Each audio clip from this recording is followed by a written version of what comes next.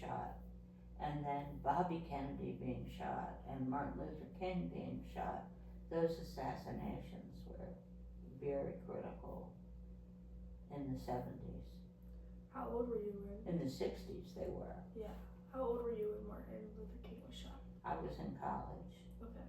And in college when Bobby Kennedy was shot too. Okay. I remember when Bobby Kennedy was shot, Fran and I were dating, and we were in Wilmington for the weekend, and Bobby Kennedy's train came. He was a New York State Senator, and his train came from New York to DC with his coffin on it, and family on the back of the train, and the train tracks were lined with people, and we went and saw his train come through. That's a very vivid memory I have.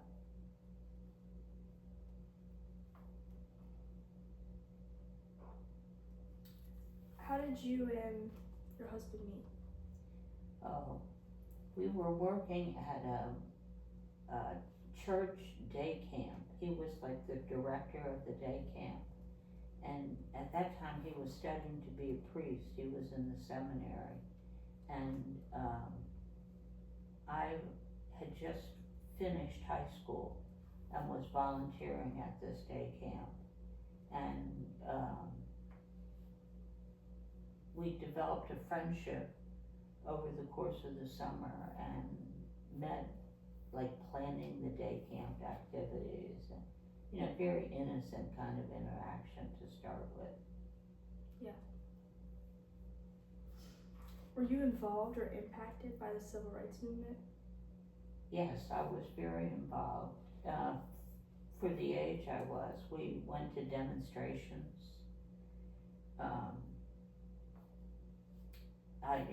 In high school I belonged to an NAACP group, and I went to hear Martin Luther King speak when I was a freshman in college.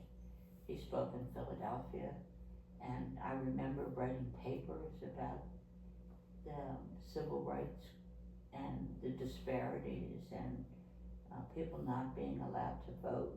So from very early on I knew about that. I also remember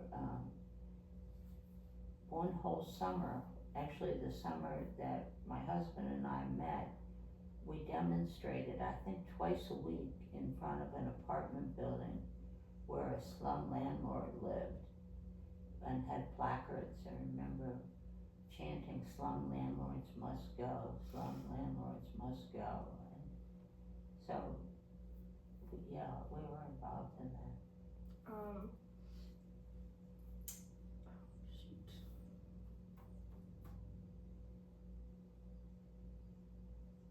I was just gonna ask a follow-up question, but I forget. What were your thoughts about it? Well, I about civil rights? Yeah. I thought it was horrible that black people were treated differently, and that white people didn't want to live next to black people, and that just, it was so obvious the way people were treated poorly. People talked about the women who cleaned for them as their girls, the girl who comes to clean for me, or the boy, and paid them just very poorly. It just seemed like it was an extension of the patterns developed in slavery, where white people thought they could use black people. And were your schools integrated? My elementary school was not integrated, and my high school was integrated, but not, it was predominantly white. There were, I think, only a couple of black girls in the school. And again, that was an economic issue. You had to pay tuition to go there, so people didn't have the money. And Villanova University was integrated, but it was, I bet it was 98% white. Yeah. How did you see that, how were they